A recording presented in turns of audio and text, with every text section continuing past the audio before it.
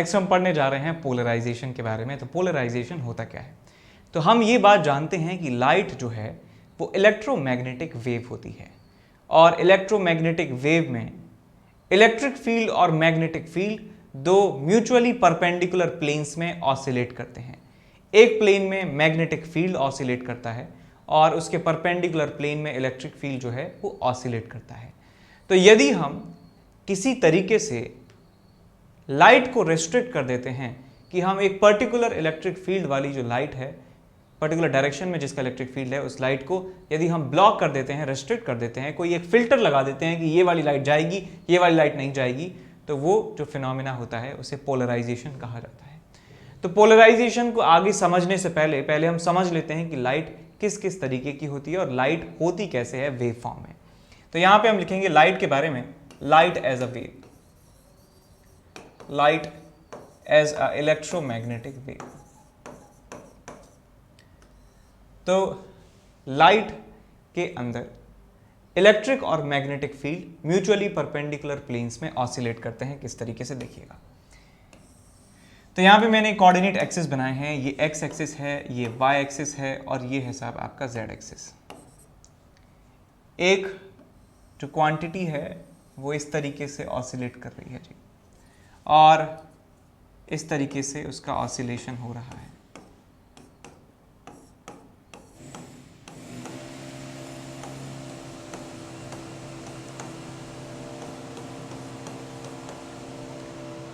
मैंने मान लिया कि ये आपके पास है मैग्नेटिक फील्ड, और ये मैग्नेटिक फील्ड बेटा किस प्लेन में ऑसिलेट कर रहा है, हम कह सकते हैं कि ये आपके पास कौन सा प्लेन है, ये वाला प्लेन, एक्स जेड प्लेन में ये ऑसिलेट कर रहा है हमारा मैग्नेटिक फील्ड। तो यहाँ पे हम लिख सकते हैं कि magnetic field B is oscillating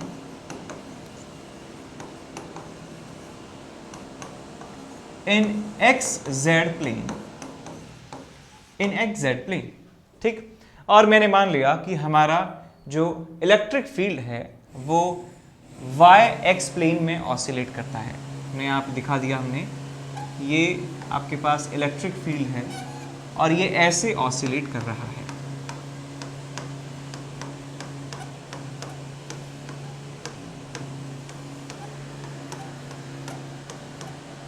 electric field जो है, electric field is oscillating in X Y plane, ठीक। तो इस तरीके से इलेक्ट्रिक फील्ड और मैग्नेटिक फील्ड ऑसिलेट करते हैं एक लाइट वेव में, ठीक है। अब जो लाइट सन से हमें मिलती है या किसी एक बल्ब से जो हमें मिलती है लाइट, वो किस तरीके से होती है वो आप पहचानेंगे। तो यहां पे हम लिखें कि ये सन है जी, सन है, और या बल्ब भी हो सकता है, कोई भी बल्ब। इस बल्ब से जो लाइट हमें मिलती है, उस लाइट के अंदर जो इलेक्ट्रिक फील्ड का प्लेन होता है, ऐसा प्लेन जहां पे इलेक्ट्रिक फील्ड ऑसिलेट करता है, वो होता है कुछ इस तरीके से। हर डायरेक्शन, हर प्लेन में इलेक्ट्रिक फील्ड वहां पे होता है। यानी कि बहुत सारी लाइट जो हैं यहाँ पे मिक्स होती हैं, जो सन से हमें लाइट मिलती है। उन सारी लाइटों में, उन सारी लाइट वेव्स में जो इलेक्ट्रिक फील्ड का प्लेन है, जिस प्लेन में इलेक्ट्रिक फील्ड ऑसिलेट कर रहा है, वो बहुत सारे होते हैं। बहुत सारे प्लेन्स हैं जिनमें हमारी जो लाइट है वो ऑसिलेट कर रही है, और उसको रिप्रेजेंट किया जाता है इस तरीके से। और इस तरीके की लाइट को कहा जाता है अनपोलराइज्ड लाइट।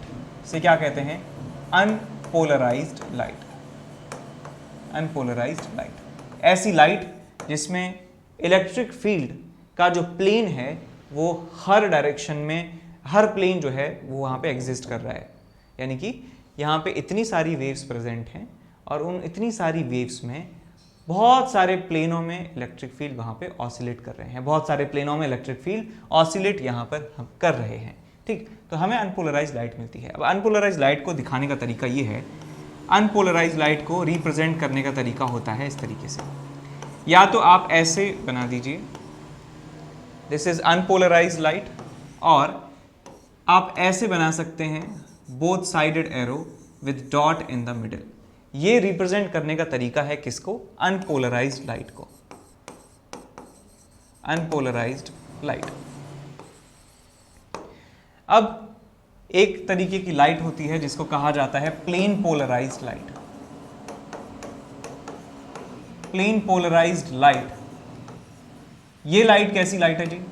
ये लाइट एक ऐसी लाइट है जिसमें एक यूनिक प्लेन एग्जिस्ट करता है, जिस प्लेन में हमारी इलेक्ट्रिक फील्ड जो है ऑसिलेट कर रही है। तो हमें ये इस तरीके से इसको दिखाते हैं। ये दिखाने का तरीका है ऐसे, या फिर इसको एक डॉट से भी दिखा सकते हैं। इसको सिर्फ एक डॉट से भी दिखाया जा सकता है। इसका मतलब है कि लाइट प्लेन पोलराइज लाइट है। इस लाइट के अंदर जो इलेक्ट्रिक फील्ड है वो सिर्फ एक प्लेन में ऑसिलेट कर रहा है। यहाँ पे लाइट, जहाँ पे लाइट्स होती हैं, लाइट वेव्स होती हैं, उन सब में रैंडम डायरेक्शन में उनके इलेक्ट्रिक फील्ड नाच रहे होते हैं।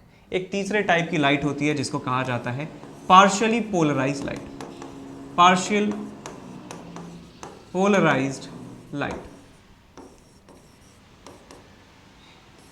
ये ऐसी लाइट है जिसमें ना तो कंप्लीटली रैंडम आपके पास प्लेन्स मिल रहे हैं, ना ही आपके पास कोई एक फिक्स प्लेन है। उनके बीच में यदि कोई है ऐसी लाइट तो उसको पार्शियली पोलराइज लाइट कहा जाता है। और इस पार्शियली पोलराइज लाइट को दिखाने का तरीका ये है, ऐसे इसको दिखाते हैं। पहले ऐसे बना दिया, फिर ऐसे बना दिया, या और फिर ऐसे बना दिया,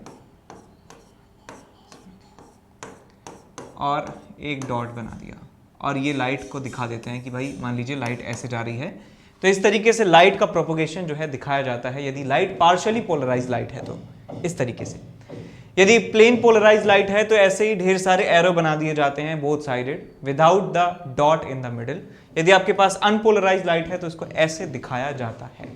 ठीक है, अब हम पढ़ते हैं कि पोलराइजेशन जो है वो किन किन तरीके से हो सकता है, किस किस तरीके से फिल्टर किया जा सकता है।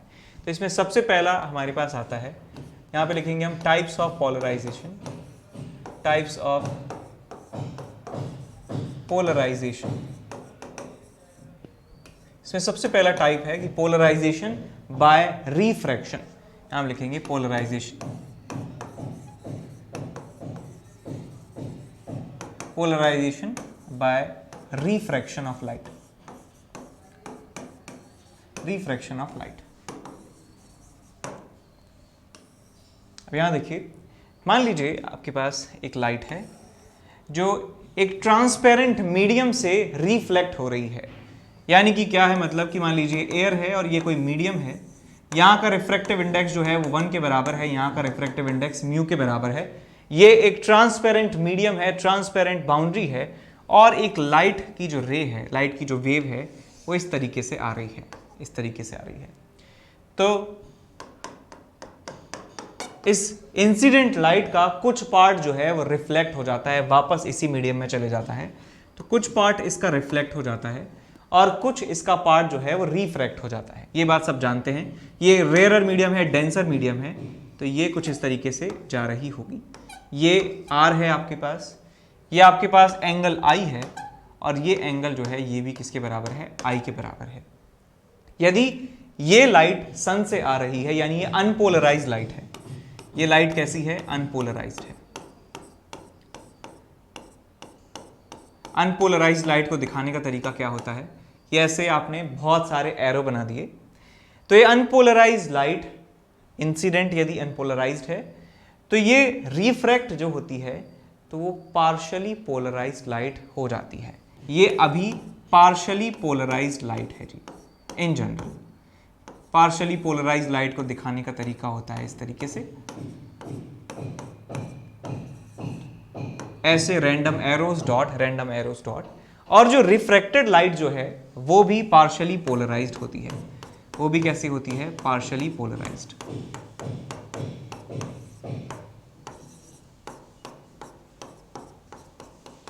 ठीक, ये पार्शियली पोलराइज्ड लाइट है, ये पार्शियली पोलराइज्ड लाइट है, ये अनपोलराइज्ड लाइट है। ठीक, इसमें कोई खास बात है नहीं।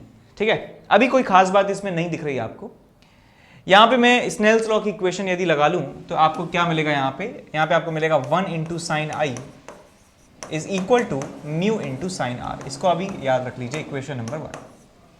अब यहां पे एक स्पेशल केस बनता है, एक स्पेशल केस बनता है, special case.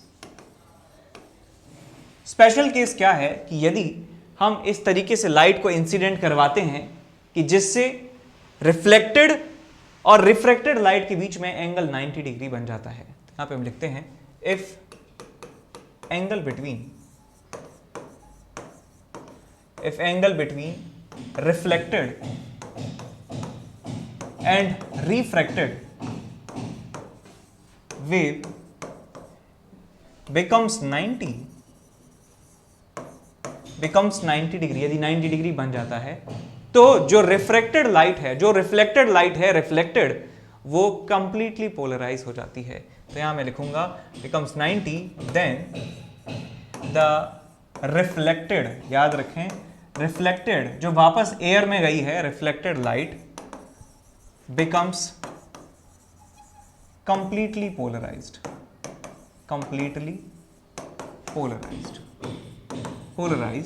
and this law is called Brewster law. इसको ब्रूस्टर्स लॉ कहा जाता है, ब्रूस्टर्स लॉ। ब्रूस्टर्स लॉ क्या है कि यदि कोई लाइट की वेव जो है, कोई लाइट जो है वो एक ट्रांसपेरेंट मीडियम से रिफ्लेक्ट होती है, यदि कोई लाइट ट्रांसपेरेंट मीडियम से रिफ्लेक्ट होती है और रिफ्लेक्टेड और रिफ्रैक्टेड लाइट के बीच में एंगल 90 डिग्री होता है, तो रिफ्लेक्टेड लाइट जो है वो कंप्लीटली पोलराइज्ड हो जाती है। अब इसको डायग्राम के साथ मैं आपको समझाता हूँ। ये आपके पास बाउंड्री है जी, ये आपके पास इंसिडेंट लाइट है, ये आपके पास रिफ्रैक्टेड लाइट है, ये एंगल है जी R, ये एंगल है I, और रिफ्लेक्टेड लाइट रे जो है वो कुछ इस तरीके से जा रही होगी। ये एंगल भी कितना होगा, I के बराबर।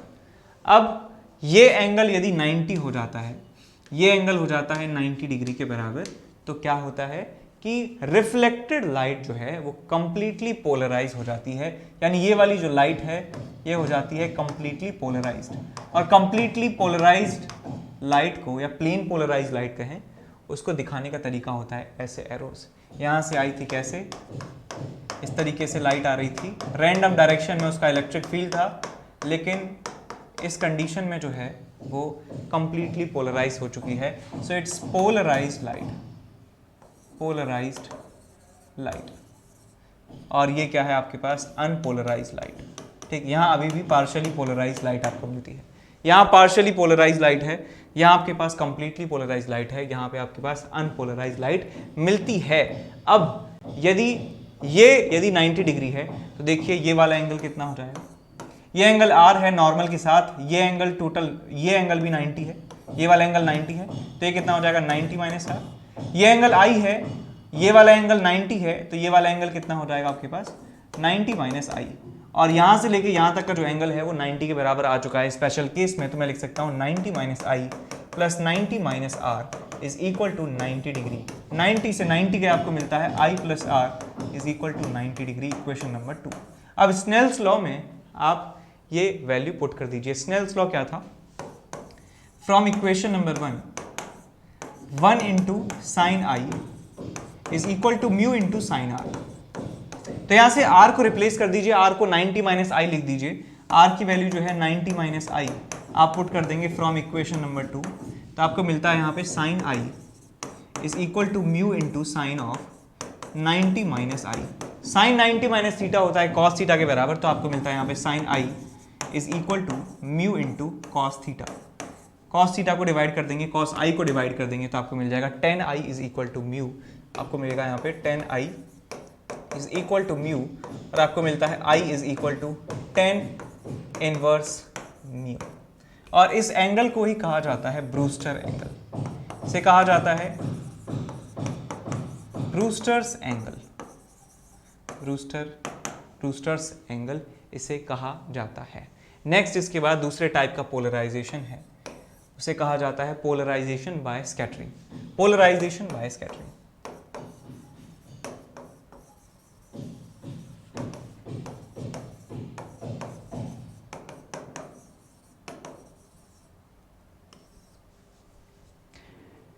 तो यदि हमारे पास लाइट है और वो स्कैटर हो जाती है 90 डिग्री से, यदि आपके पास कोई लाइट आ रही है इस तरीके से और लाइट जो है वो अनपोलराइज्ड है,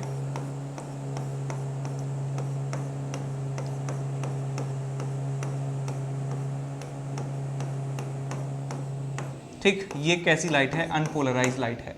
और ये क्या है जी? आपका ऑब्स्टेकल है, ऑब्स्टेकल। यदि लाइट अनपोलराइज आती है और किसी ऑब्स्टेकल से टकरा के हो जाती है, डाइवर्ट हो जाती है, डेविएट हो जाती है, स्कैटर हो जाती है, और स्कैटर होती है perpendicular to the initial direction. Initial wave के, इनिशियल लाइट के परपेंडिकुलर हो जाती है स्कैटर, तो जो स्कैटर्ड लाइट होती है वो कंप्लीटली पोलराइज्ड होती है। तो ये वाली जो लाइट है ये कंप्लीटली पोलराइज्ड हो जाती है। तो ये वाली जो लाइट है बेटा ये कौन सी है? Scattered at 90 degree. और ये कैसी है? Completely polarized, completely polarized. ठीक, ये आपके पास अनपोलराइज्ड लाइट है, ये इंसिडेंट लाइट है, इंसिडेंट लाइट। ठीक, तो इस तरीके से जो है पोलराइजेशन किया जाता है। अब एक और आपके पास टाइप है कि पोलराइजर या पोलरॉइड के थ्रू भी पोलराइजेशन किया जाता है। तो नेक्स्ट हम हेडिंग लिखेंगे Malus law. Malus law, Malus law पढ़ने से पहले हम पढ़ने वाले हैं किस बात के लिए? पोलरॉइड्स के बारे में पढ़ने वाले हैं। Polariser, polariser slash Polaroids.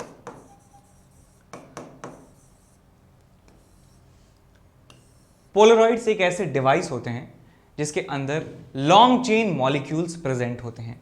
Long chain molecules इस डिवाइस में प्रेजेंट होते हैं, तो उनका काम क्या होता है कि वो लॉन्ग चेन मॉलिक्यूल्स जिस डायरेक्शन में अलाइंड होते हैं, एक आपके पास डिवाइस है, एक मटेरियल है जो बनी है एक ऐसे सब्सटेंस से, एक ऐसे सब्सटेंस से जिसमें आपके पास लॉन्ग चेन्स हैं, लॉन्ग चेन्स हैं।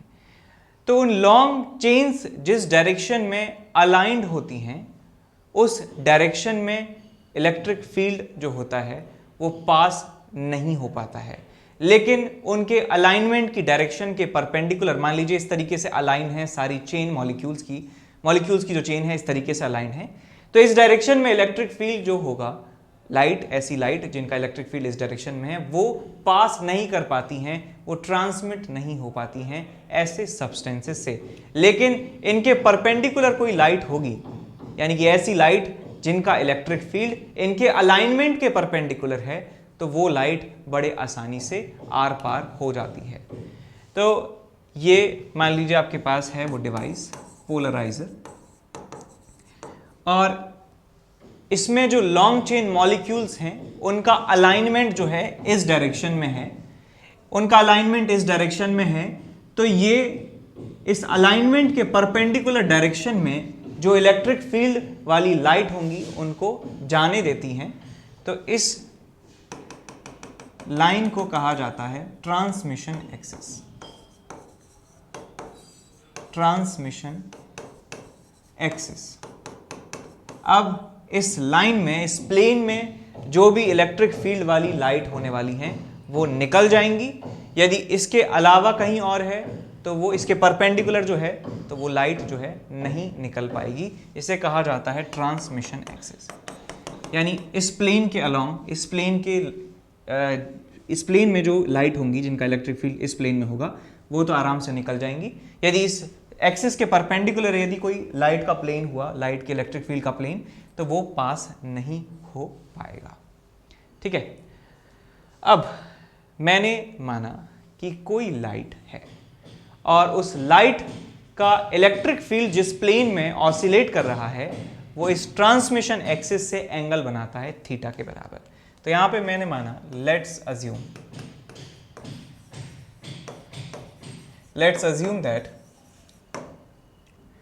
assume that a light whose electric field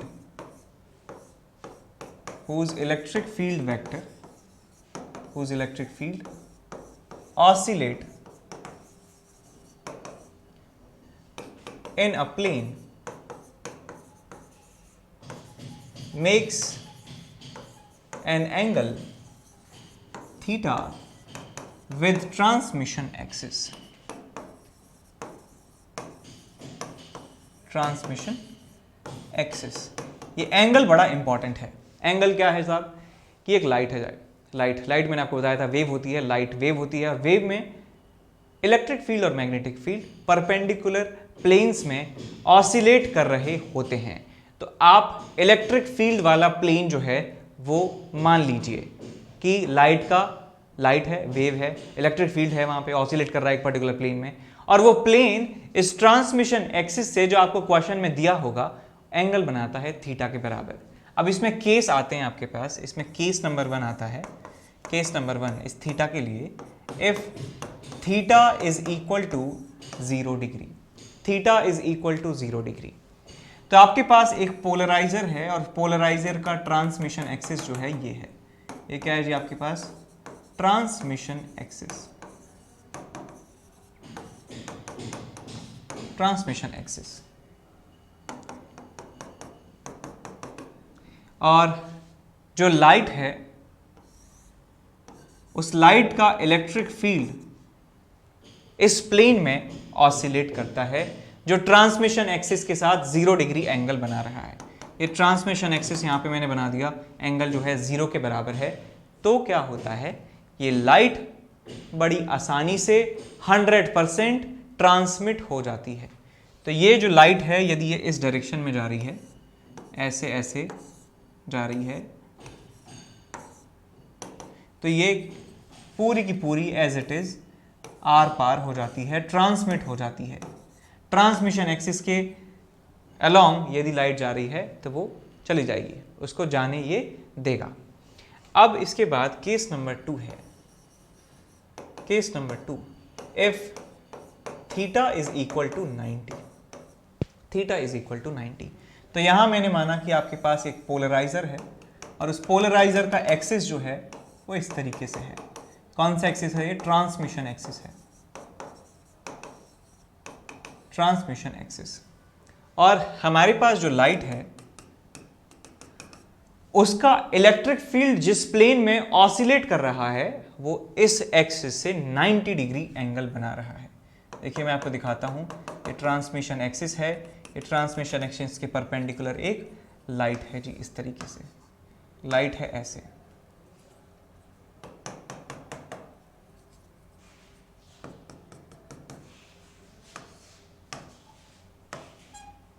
इस तरीके से लाइट जो है जा रही है इस तरीके से। तो इस ट्रांसमिशन एक्सिस के ये परपेंडिकुलर है, तो लॉन्ग चेन मॉलिक्यूल्स इसको अलाउ नहीं करते हैं। तो बाहर जो है आपको कुछ नहीं मिलने वाला है, आपको 0% ट्रांसमिशन मिलेगा। 0% ट्रांसमिशन, ट्रांसमिशन समझ गए ना, कि कुछ आर पार नहीं जा रहा है। यहाँ पे क्या था आपके पास? 100% ट्रांसमिशन था, 100% ट्रांसमिशन, लेकिन यहाँ पे 0% ट्रांसमिशन है। कुछ भी एनर्जी यहाँ से यहाँ नहीं जा रही है, सारी की सारी एनर्जी ये एब्जॉर्ब कर ले रहा है। ठीक, इसके बाद केस नंबर 3 होता है। केस नंबर 3, यदि एंगल ना तो 0 डिग्री है ना 90 डिग्री है, बल्कि इन दोनों के बीच में है। If theta is less than 90 और ग्रेटर देन 0 डिग्री, इक्वल टू का साइन नहीं है यहाँ पे, सिर्फ लेस देन और ग्रेटर देन का है, तो क्या होता है? तो मान लीजिए आपके पास ये एक पोलराइजर है, ये पोलराइजर का ट्रांसमिशन एक्सिस है, ट्रांसमिशन एक्सिस, और जो लाइट है साहब वो ना तो 0 डिग्री एंगल बना रही है ना 90 डिग्री एंगल बना रही है, ना ट्रांसमिशन एक्सिस के पैरेलल है, क्या लॉन्ग है, ना ट्रांसमिशन एक्सिस के परपेंडिकुलर है। वो कुछ इस तरीके से लाइट है और वो एंगल बना रही है कुछ थीटा के बराबर। इस तरीके से लाइट है जी।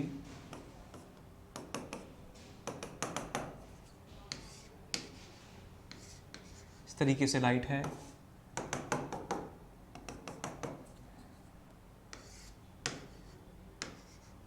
ठीक, ये सब के सब जो हैं ट्रांसमिशन एक्सिस से एंगल बना रहे हैं थीटा। तो होता क्या है कि ये टोटल एनर्जी जो है वो टोटल एनर्जी का कुछ पार्ट जो है वो ट्रांसमिट हो जाता है, कुछ पार्ट जो है एब्जॉर्ब हो जाता है। तो हम कह सकते हैं कि पार्शियल ट्रांसमिशन यहाँ पे हमें देखने को मिलता है, और जो बाहर जो लाइट निकलेगी वो ऑफ कोर्स इसी डायरेक्शन में ही होने वाली है। लेकिन पार्शियल ट्रांसमिशन यहाँ पे हमें देखने को मिलेगा आपको पार्शियल ट्रांसमिशन। Partial transmission. ठीक, तो अब ये तीनों केसेस आपने देख लीजिए। ठीक है, अब यहां पे एक लॉ है। लॉ क्या है? If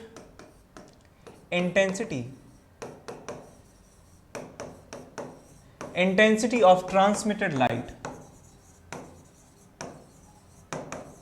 if intensity of transmitted light is I, transmitted light का मतलब है कि पोलराइजर की जो उस पार जो लाइट है वो ट्रांसमिटेड है, ट्रांसमिट हो चुकी है, इज आई, उसकी इंटेंसिटी मैंने मान ली आई के बराबर है, and intensity of incident light, जो लाइट गिर रही है, इज आई नॉट, उसकी इंटेंसिटी मैंने मान ली आई नॉट के बराबर है। तो आई की वैल्यू जो होती है, I is equal to I naught cos square theta. I is equal to I naught cos square theta के बराबर हमें मिलता है, और इसे ही कहा जाता है मालूस लॉ। मालूस लॉ, ठीक। थीटा यहां पे समझ गए, थीटा क्या है? एंगल बिटवीन, समझ गए ना? एंगल बिटवीन लिखा था, थीटा क्या है? थीटा जो है वो एंगल जिसमें इलेक्ट्रिक फील्ड ऑसिलेट कर रहा है विद द ट्रांसमिशन एक्सिस, तो वो प्लेन का एंगल है। तो ये मालूस लॉ जो है आप याद रखेंगे, I is equal to I naught cos square theta.